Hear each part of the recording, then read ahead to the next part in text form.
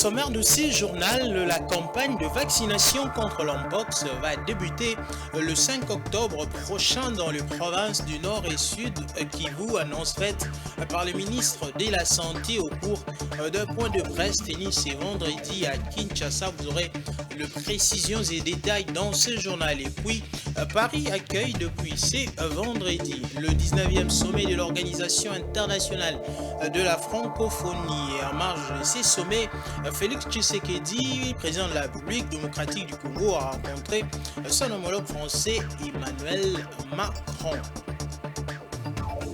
C'était là l'essentiel de l'actualité. Madame, Messieurs, bonsoir et bienvenue dans ce journal. Nous aurons comme intervenant sur ce plateau Jojo Moulamba, il est rédacteur en chef et journaliste au groupe de presse, journaliste économique au groupe de presse Géopolis Forum, à qui j'ai dit bonsoir. Bonsoir, voilà, je vous reviendrai. Ce sera avec vous que nous parlerons de cette visite entre le président de la République Emmanuel Macron et le président Félix Tshisekedi. Mais d'abord, on va commencer avec cette information. On va revenir sur cette initiative initiale ou cruciale lancée par le ministre de la Santé. En effet, le docteur Samuel Roger Kamba a annoncé lors d'un point de presse tenu ce vendredi 4 octobre à Kinshasa le lancement d'une campagne de vaccination ciblée contre l'Mpox. Cette campagne est prévue pour le 5 octobre dans les provinces du Nord et Sud Kivu, des régions particulièrement touchées par l'épidémie et qui nécessitent une intervention sanitaire urgente. C'est un reportage de Dom Omad et Giscard Tamba. Initialement prévue le 2 octobre, la campagne de vaccination contre l'Mpox commence ce 5 octobre. L'annonce a été faite par le ministre de la Santé, Dr Roger Kamba, lors du point de presse qu'il a animé dans le salon bleu de l'immeuble du gouvernement ce vendredi. Les provinces du Nord et Sud Kivu sont les premières concernées par cette campagne en raison de l'augmentation alarmante de cas observés dans cette région. Kinshasa sera vacciné aussi, la microplanification est faite. Mais ça, je ne peux pas encore vous donner les détails parce que tout simplement, nous lançons d'abord dans le sud Kivu et le nord Kivu, donc dans l'est, parce que nous avons 265 000 doses. La campagne sera ciblée et non de masse. La RDC n'est disposant actuellement que 265 000 doses. Les adultes sont le plus concernés par cette vaccination, car dans la partie est du pays, circule une variante du virus de l'Mpox dénommée CLUD1. Cette variante se transmet par voie sexuelle de manière très rapide et peut être difficile à détecter lors de ces premières manifestations. Quand on prend le classe 1B, par exemple, celui qui est plus à l'est, on vous a dit que c'est un virus qui se contamine plus par voie sexuelle. Donc ce sont les adultes qui se contaminent et qui contaminent les enfants. Donc l'idée, ce n'est pas de vacciner l'enfant qui est déjà contaminé. L'idée, c'est de protéger l'enfant qui n'est pas encore contaminé. Donc quand on vaccine l'adulte, on protège l'enfant de la contamination. À l'heure actuelle, la RDC compte près de 30 000 cas confirmés, parmi lesquels près de 900 décès. Le pays attend de recevoir la France et du Japon respectivement 60 000 et 3 millions de doses de vaccins pour étendre sa campagne de vaccination. Kinshasa attend également de l'OMS et de l'Afrique CDC, respectivement 4 500 et 3 500 kits de tests de dépistage pour améliorer l'identification de cas d'Mpox et de différencier la maladie d'autres affections. Ces ressources supplémentaires devraient permettre un diagnostic plus précis et une meilleure compréhension de la propagation de la maladie. Et en parallèle à cette campagne de vaccination, la scène internationale se mobilise également. Paris accueille depuis ce vendredi les 19e sommets de l'Organisation internationale de la francophonie au Centre international de la langue française à Ville-Cotterêts sous le thème « Créer, innover, entreprendre en français ». Les discours d'ouverture d'Emmanuel Macron a laissé de nombreux Congolais sur leur faim car leurs préoccupations liées à l'agression rwandaise sont restées largement inaudibles dans les débats. Suivez ces commentaires de Domoumat. Mais la vérité, c'est que vous êtes ici chez vous. Lors de l'ouverture du 19e sommet de la francophonie, c'est vendredi 4 octobre 2014 en France, voici ce qu'affirme Emmanuel Macron. Je crois profondément que la francophonie, oui, est un lieu où nous pouvons ensemble porter une diplomatie qui défend la souveraineté, l'intégrité territoriale, partout à travers la planète. Cette déclaration a suscité de nombreuses réflexions, tant par son ampleur que par ses implications géopolitiques. Le président français a évoqué plusieurs situations dans le monde où des peuples luttent pour leurs droits fondamentaux, soulignant l'importance d'une solidarité internationale face aux agressions extérieures. Et nous tous croyons à la liberté des peuples à disposer d'eux-mêmes. Sommes convaincus qu'il ne pourra y avoir de paix au Proche-Orient sans solution à deux États. Nous tous, nous tenons aux côtés de nos frères arméniens pour le respect de leur souveraineté, de leur intégrité territoriale. Nous tous, nous tenons aux côtés du peuple ami libanais, aujourd'hui bousculé dans sa souveraineté et sa paix. Cependant, son discours a omis de mentionner un cas particulièrement préoccupant, la République démocratique du Congo. Ces pays, membres actifs de la francophonie, fait face à une crise persistante et à des agressions en provenance du Rwanda, qui était également représenté au sommet par son président et par Louise Mushikiwabo, la secrétaire générale de la francophonie. L'absence de référence à la RDC dans les discours de Macron soulève des questions dans l'esprit de plus d'un Congolais. En effet, la RDC est engagée dans un combat difficile pour défendre sa souveraineté et son intégrité territoriale face à des attaques répétées, et son exclusion des exemples cités par Macron est perçue par certains analystes comme un manque de reconnaissance des défis auxquels elle est confrontée. Ces silences sur la situation congolaise pourraient également avoir des répercussions sur la perception de la francophonie en tant qu'entité qui soutient réellement ses membres en difficulté. La RDC, avec ses ressources naturelles abondantes et son potentiel de développement, mérite une attention particulière, soutient de nombreux analystes politiques congolais, surtout dans un contexte où les tensions régionales continuent de s'intensifier. La francophonie, en tant que communauté, recommande enfin certains se doit d'adopter une position claire et solidaire envers ses membres en détresse. Longue vie à la langue française, à l'œuvre commune que porte haut l'Organisation internationale de la francophonie. Signalons par ailleurs qu'en marge de ces 19e sommets de la francophonie, le président Emmanuel Macron a reçu dans son palais le président Félix Tshisekedi. C'est avec cette introduction, ces mots ou cette phrase que nous introduisions notre intervenant Jojo Moulamba, à qui j'ai dit bonsoir et bienvenue. Alors Jojo Moulamba, merci. Jojo Moulamba, que peut-on retenir de cette rencontre entre Félix Tshisekedi et Emmanuel Macron en marge de ces 19e sommets de la francophonie? D'accord, comme vous venez de le dire, Blessed Kozola, le président de la République française, Emmanuel Macron, a reçu en marge du 19e sommet de l'Organisation internationale de la francophonie qui se tient dans son pays, la France, le président congolais Félix Antoine Tshisekedi Tshilombo. Il faut souligner que c'est la deuxième rencontre consécutive en l'espace de 5 mois entre les deux présidents, et les deux présidents ont eu un tête-à-tête qui a tourné autour de plusieurs sujets, des sujets que nous connaissons tous, la situation sécuritaire et humanitaire qui prévaut dans la partie est de la République démocratique du Congo, et aussi la question liée au processus de paix de Luanda. Et si vous savez bien, le président Macron apporte un soutien indéfectible à ces processus, puisque ces processus visent à rétablir la paix dans la partie est du pays. Pour ce qui est de la situation sécuritaire et humanitaire, nous savons tous, c'est une situation dramatique. On compte déjà en République démocratique du Congo 7 millions de déplacés internes, et pour cause l'incursion de groupes armés, de forces négatives, et surtout c'est des forces négatives, donc de forces qui viennent d'ailleurs, et des groupes armés qui sont alimentés aussi ici par le Rwanda. Justement. Et là, il faut citer le 1-23. Et donc, cette question de la situation sécuritaire et humanitaire était au cœur de leur échange. Et le processus de Luanda, comme je viens de le dire, est soutenu de manière indéfectible par le président français Emmanuel Macron. Voilà, en gros, ce qu'a été l'objet de la rencontre entre les deux chefs d'État, mais aussi au-delà de ces questions brûlantes, c'était le renforcement de la coopération bilatérale entre la République démocratique du Congo et la République française.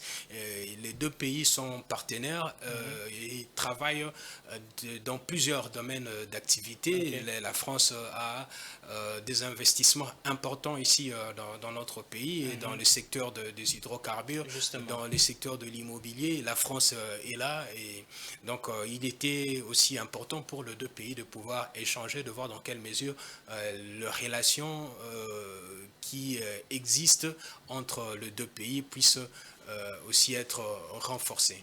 Voilà, Jojo Moulamba, on vient de voir sur les images Félix Tshisekedi qui a participé à ces 19e sommets de l'Organisation internationale de la francophonie, la journée d'ouverture donc de ces sommets. Est-ce que les questions relatives à l'agression rwandaise contre la République démocratique du Congo ont été-elles évoquées à ces sommets ou à ces jours d'ouverture? Oui, les sommets de la francophonie, c'est un grand espace de dialogue, d'échange. Le président, nous venons de le suivre dans l'élément qui a été diffusé tout à l'heure, que le président Macron a insisté sur le rôle de la francophonie dans la promotion d'une diplomatie en faveur de la souveraineté et de l'intégrité territoriale. Et moi, je dirais que ça reste un discours, mais sur le terrain, c'est pas ce qui est en train de se passer. La République démocratique du Congo est agressée par son voisin, le Rwanda. Le Rwanda viole l'intégrité territoriale de la République démocratique du Congo. Et un récent rapport des experts des Nations Unies atteste la présence de plus de 4000 soldats rwandais sur le sol congolais. Le président Félix Tshisekedi a d'ailleurs exigé encore une fois les retraits de ses troupes du sol congolais. La cité à la 79e session de l'Assemblée générale des Nations Unies, le président Félix Tshisekedi avait exigé les retraits des troupes rwandaises. Donc, on peut déjà comprendre que l'intégrité territoriale congolaise n'est pas respectée. Et c'est que le discours prononcé par le président Emmanuel Macron reste un discours. Et dans la pratique, cela ne se fait pas. Donc, on a comme l'impression que la francophonie, donc c'est une rencontre des États qui, pour promouvoir la langue française. Ou les intérêts des autres pays. Ou les intérêts des autres pays. Donc, aussi, j'ai eu aussi l'impression que le président français était gêné. Disons, on ne pouvait pas parler de l'agression rwandaise en République démocratique du Congo. Surtout qu'il y avait aussi Paul Kagame. Ouais, pour ne pas gêner son homologue rwandais, le président Kagame, et aussi la secrétaire générale de l'Organisation internationale de la francophonie. Et nous savons dans quelles conditions aussi Louise Mushikiwabo est devenu secrétaire général de cet ensemble, de cette grande organisation internationale. Donc, pour moi, je pense que c'est un discours et qui, dans la pratique, il n'y a rien de concret. Et le président Macron l'avait une fois. Il a été ici en République démocratique du Congo au cours d'un point de presse, vraiment au cours d'un point de presse où les débats étaient houlés entre lui et le président Tshisekedi. Le président Macron avait dit les Congolais doivent être responsables de leur propre situation. Pourquoi depuis 1994, le Congo se laisse toujours agresser par le Rwanda et d'autres pays voisins. Donc, il faut comprendre par là que la France demande à la République démocratique du Congo de prendre ses responsabilités. Donc, il ne faut pas attendre que la France puisse intervenir, et la France ne le fera pas. Le président de la République, lors de la 79e session de l'Assemblée générale des Nations Unies, a demandé des sanctions contre le Rwanda. Et ces 19e sommets de la francophonie étaient aussi une occasion pour la France de prononcer de sanctions contre le Rwanda. Mais ça passe, c'est une occasion ratée. On ne sait pas à quel moment encore on pourra entendre de Macron et d'autres États du monde aussi, aux pays membres de la francophonie, et condamner le Rwanda qui sème la terreur, la désolation sur le sol congolais. Voilà, merci beaucoup Jojo Moulamba pour votre intervention. Merci beaucoup, Blessé Kouzola. On va passer à autre chose, on va revenir à Kinshasa pour encore parler de relations diplomatiques RDC-France. La vice-ministre congolaise des Affaires étrangères a reçu ce vendredi 4 octobre dans son bureau de travail le conseiller de l'ambassadeur français Didier Larocque. Ce dernier était venu éclairer l'opinion sur le contour de vol groupé qui part d'un accord signé entre la Direction générale de migration et le ministère de l'Intérieur français. Patience Lokeke. L'échange entre Didier Larocque, conseiller de l'ambassadeur français en République démocratique du Congo, et Grace Yambakazadi, vice-ministre congolaise des Affaires étrangères, a été provoqué par des déclarations récentes du ministre français de l'Intérieur, Bruno Retailleau. Ce dernier a exprimé des préoccupations concernant la situation migratoire à Mayotte, où de nombreux Congolais vivent dans des conditions précaires. Mayotte est malheureusement le triste exemple de ce qu'une immigration totalement incontrôlée peut provoquer en matière de désordre, en matière de mal-développement et aussi, y compris en matière sanitaire. Mayotte concentre 3 grandes crises, la crise migratoire, la moitié de la population est d'origine étrangère et sur cette moitié, cette population est en situation d'irrégularité. Dans ces contextes, les deux responsables ont discuté de retour des Congolais de la diaspora, notamment ceux de Mayotte. Larocque a rappelé qu'un mémorandum d'entente signé le 17 avril 2022 entre la Direction générale de migration et le ministère des Affaires intérieures français encadre ces retours pour gérer les opérations de rapatriement liées à l'immigration irrégulière. Ces vols de retour se situent dans le cadre d'un accord signé entre les deux pays le 17 avril 2022, qui s'appelle un mémorandum d'entente, qui a été signé entre la Direction générale de migration et le ministère de l'Intérieur en France. Ces vols de retour également se situent après une mission d'identification d'agents de la Direction générale de migration à Mayotte pour identifier des ressortissants congolais, et seulement des ressortissants congolais. Retailleau a évoqué cette question à l'Assemblée nationale française, soulignant l'urgence de la situation à Mayotte où près de la moitié de la population est d'origine étrangère et vit souvent dans l'illégalité, contribuant à une crise migratoire, économique et sécuritaire. Ces préoccupations ont motivé la rencontre entre Larocque et Yambakazadi, illustrant l'importance de la coopération entre la France et la RDC sur des questions sensibles concernant la diaspora congolaise. Ouvrant le chapitre de la sécurité, le vice-premier ministre, ministre de l'Intérieur, Sécurité, Décentralisation, Affaires coutumières, Jacquemin Chabani, et l'ambassadeur belge ont, ce jeudi 3 octobre, passé en revue les efforts du gouvernement de la République démocratique du Congo dans ses projets et initiatives en matière de réforme de la police nationale congolaise. À l'issue de la rencontre, la Belgique a exprimé le vœu d'apporter son appui au gouvernement dans la mise en place d'une nouvelle académie de police et de formation, mais aussi réformer les services de sécurité de la RDC. Suivez Roxane Bilderling qui a fait le point sur la réunion. Et l'objectif était un peu de faire le tour avec lui sur ses initiatives en matière à la fois de réforme. On sait qu'il y a tout un travail de réforme au niveau de la police, par exemple. Il y a un travail avec l'Union européenne de réforme de la police, d'appui à une nouvelle académie de police et de formation. Il y a aussi les réformes au sein des services de sécurité et de renseignement, comme l'ANR. Donc, c'était important d'échanger, d'entendre la vision du ministre et comment ces choses avancent.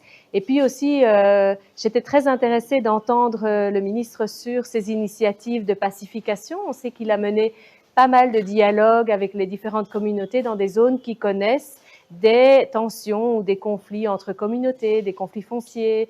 Et on sait qu'il s'est beaucoup mobilisé ces derniers temps pour essayer de pacifier ces dialogues et arriver à une résolution de ces différends. Donc, j'étais intéressée à l'entendre et échanger, et aussi apporter le soutien de la Belgique par rapport à toutes ces initiatives et tous ces projets. Et je voudrais dire aussi que j'étais intéressée d'entendre le ministre sur les initiatives qui vont être mises en place dans le cadre de l'analyse de l'évaluation qui est faite du processus électoral de 2023 dans l'objectif de voir est-ce qu'il y aura des réformes à mettre en place pour déjà réfléchir comment anticiper le prochain processus électoral de 2028.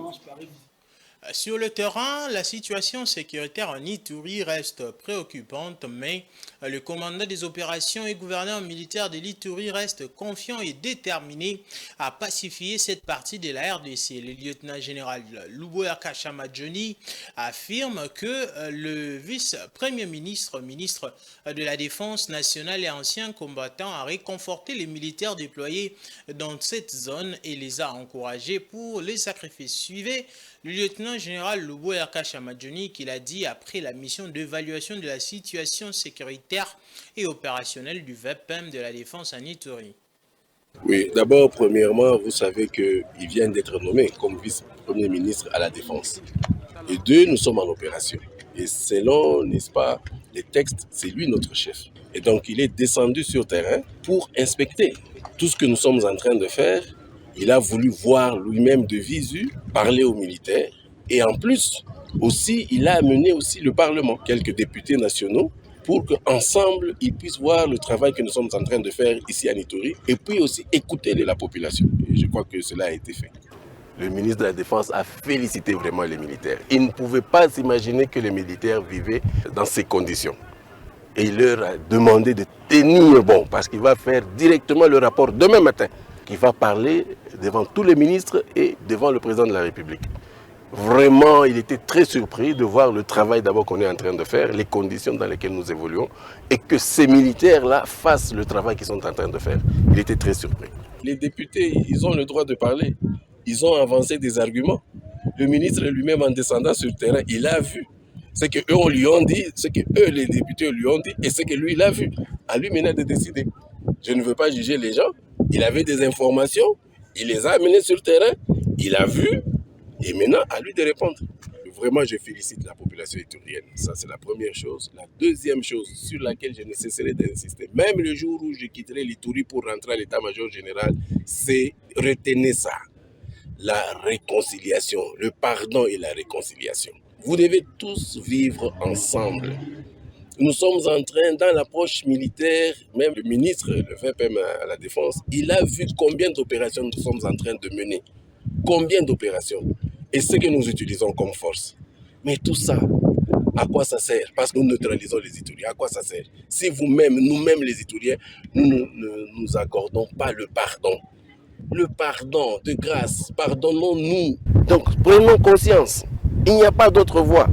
Nous allons continuer avec l'option militaire et l'option non militaire. Mais ce qui est essentiel, c'est le pardon. Aujourd'hui, vous le savez, même si les gens n'ont pas voulu le dire, nous avions dit les prochaines opérations, c'est de Mungwalu à Galaï, jusqu'à la rivière Ituri. Nous l'avons fait. Aujourd'hui, les Banyèdes ont récupéré leurs terres là-bas. Nous allons encore reprendre à Kilo, nous allons continuer dans le Djougou là-bas aussi, Katoto, nous allons essayer encore de renforcer. Donc ça, ce sont des choses qu'on va faire. Mais tous ces gens contre lesquels nous nous battons, c'est qui? Ce sont les enfants de l'Ituri, ce sont des Congolais.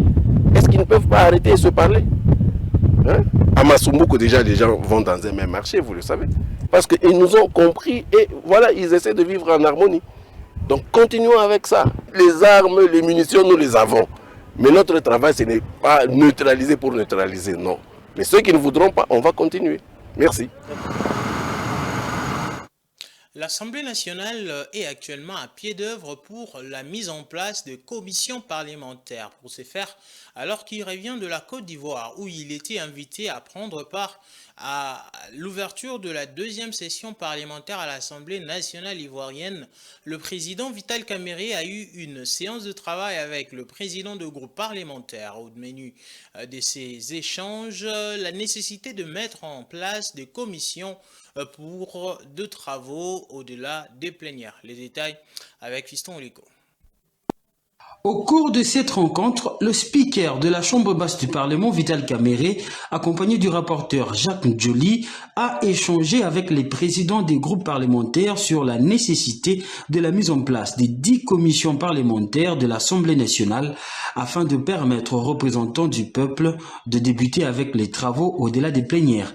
Selon le rapporteur de la Chambre basse du Parlement, tout est fait pour arriver à la mise en place de ces commissions. Cet après-midi, tous les principes sont acquis, les orientations sont données, les accords sont obtenus de part et d'autre, les concessions seront faites et je crois que dans un très bref délai, il y aura une plénière, conformément à l'article 47 de notre règlement intérieur, qui va procéder au cours de cette plénière.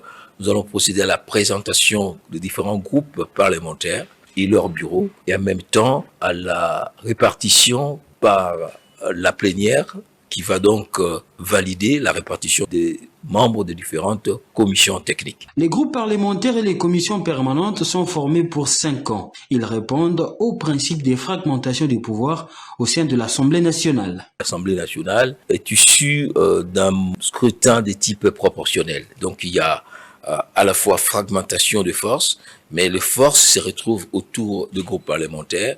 Donc, dans la mise en place de bureaux, il faut donc prendre en compte tous ces éléments, à la fois les éléments de l'arithmétique politique, mais aussi de la sociologie politique pour trouver l'équilibre.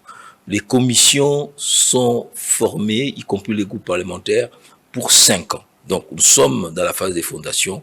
Il est important d'avoir les consensus, l'accord de tous pour que nous puissions cheminer sereinement pendant les 5 ans. La session de septembre étant essentiellement budgétaire, ce sont les commissions qui seront formées, spécialement la commission ECOFIN, qui vont examiner en profondeur la loi des finances exercice 2025, chiffrée à plus ou moins 18 milliards de dollars américains. Parlons société. Dans ce journal, le coupure intempestive d'électricité et la montée des délestages inquiètent plusieurs populations de la ville de Kinshasa. C'est le cas à Kintambo, dans le quartier Nganda, où la récurrence de coupures de cet intrant entraîne de pertes graves chez les commerçants de vivres frais. Suivez ces reportages de Francine Moukeba. Les poches noires deviennent de plus en plus fréquentes dans plusieurs coins de la capitale Kinshasa. C'est le cas ici au quartier Nganda, dans la commune de Kitambo, où les coupures intempestives d'électricité et les délestages ont conséquences sérieuses sur certains commerces, notamment ceux de vente des vivres frais. Les tenanciers qui ne savent pas à quel sens se vouer enregistrent de lourdes pertes.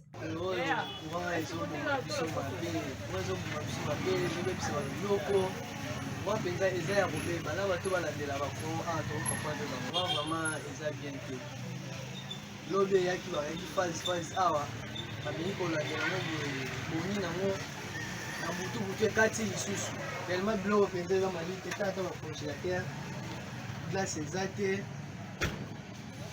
balandela biso par courant parti ezoya mpe cher awa courant eza te babiloko oyo esengaka courant soki courant eza te mona plein. Eza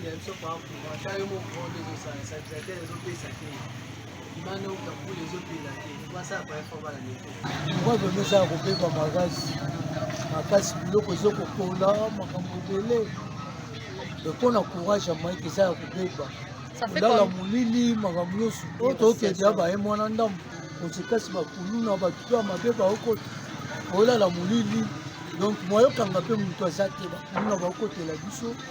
Il y a aussi les câblages de la SNEL qui posent problème, indiquent d'autres Quinois.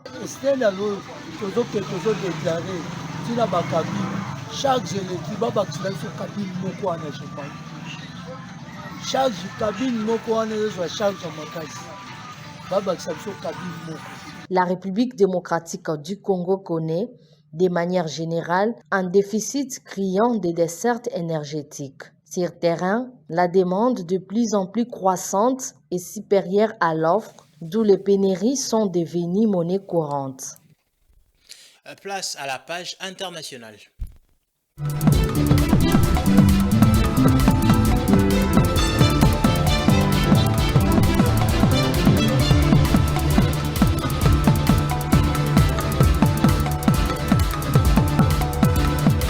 Classé par le Fraser Institute comme l'une des dernières juridictions minières où investir en Afrique, le Zimbabwe fait face à des infrastructures défaillantes et un cadre réglementaire évoluant constamment. Cela affecte la performance des compagnies attirées par le potentiel minier du pays. Suivez. La chute de prix menace la viabilité des opérations de lithium au Zimbabwe. Pour le Chinois Sinomin Resources, propriétaire de la mine de lithium Bikita dans le pays, les conditions réglementaires et le manque de certaines infrastructures entraînent des coûts d'exploitation élevés qui ne sont plus tenables avec des prix de lithium au plus bas. Le manque d'infrastructures de base telles que les routes, les transports, l'électricité et l'approvisionnement en eau dans les régions riches en lithium entravent l'exploration et l'extraction de réserves de lithium, ce qui influe considérablement sur les coûts de production, explique la compagnie. Le prix des lithium ont chuté de 90% entre décembre 2022 et septembre 2024 en raison notamment du ralentissement de vente des véhicules électriques et d'une offre excédentaire. Pour s'adapter, les producteurs de lithium à travers le monde ont procédé ces derniers mois à une réduction de coûts ou une suspension de la production. Notons néanmoins que les compagnies minières actives sur le lithium restent confiante sur une amélioration de la situation de prix à moyen terme. Sinomin prévoit ainsi un investissement de 500 millions de dollars au cours de 3 à 5 prochaines années pour une usine de sulfate de lithium au Zimbabwe. Pour rappel, en 2022, environ 10 milliards de dollars de revenus ont été générés par l'exploitation minière. Le Zimbabwe est le premier producteur africain de lithium. Les compagnies chinoises ont investi plus d'1 milliard de dollars depuis 2021 pour développer plusieurs mines de lithium pour quadrupler le revenu minier annuel à 12 milliards de dollars à partir de 2023. Et pour complémenter l'actualité, faisons place à présent à la revue de presse, sélection et commentaires de Don Momat.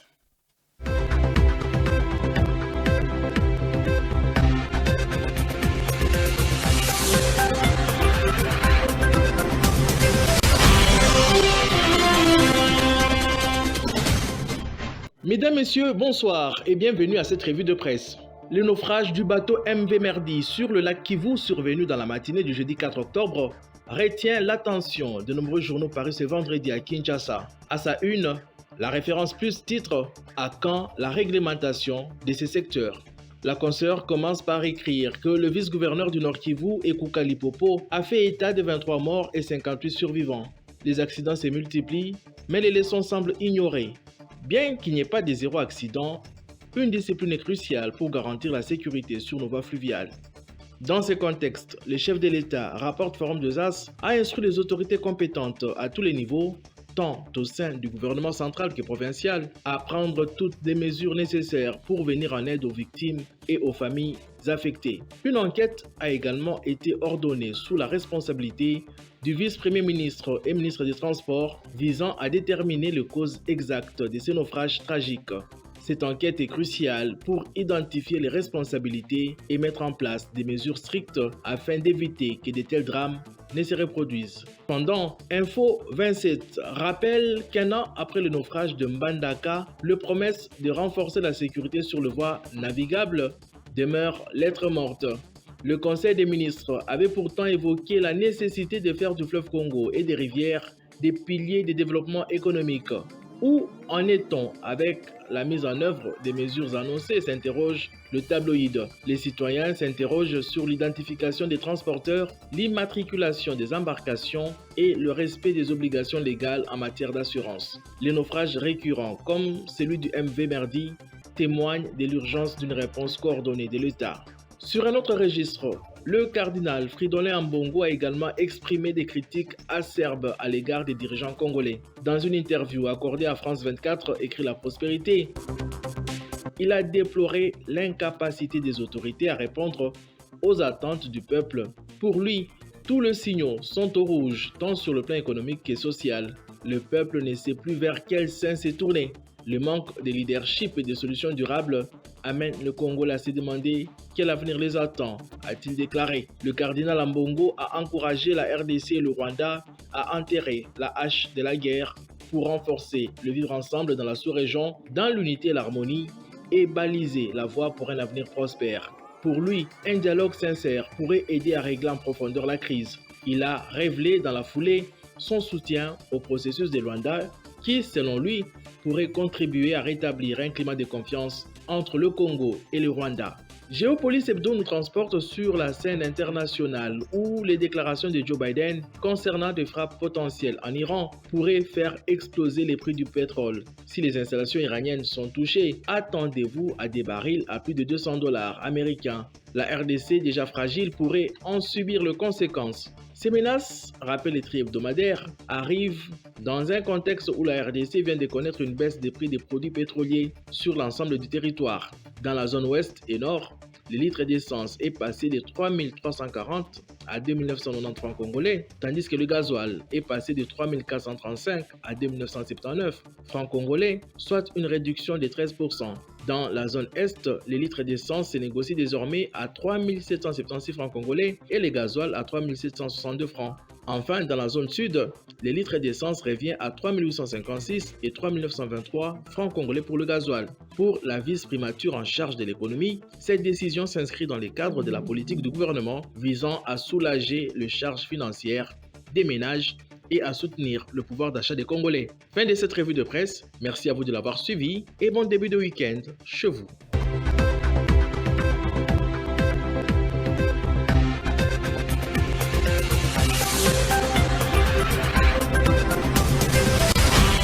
Ce journal est terminé, mesdames, messieurs, place au rappel de titres.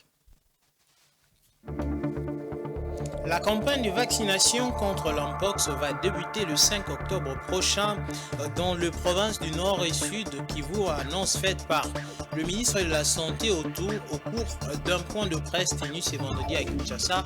Vous l'avez suivi dans ce journal. Et puis Paris accueille depuis ce vendredi le 19e sommet de l'Organisation internationale de la francophonie. Et en marge de ces sommets, Félix Tshisekedi a rencontré son homologue français Emmanuel Macron. Ce journal est complètement terminé, madame, messieurs. Merci à vous de nous avoir suivis et très bonne suite de programme sur Géopolis Télévision. Bon début de week-end chez vous. Au revoir.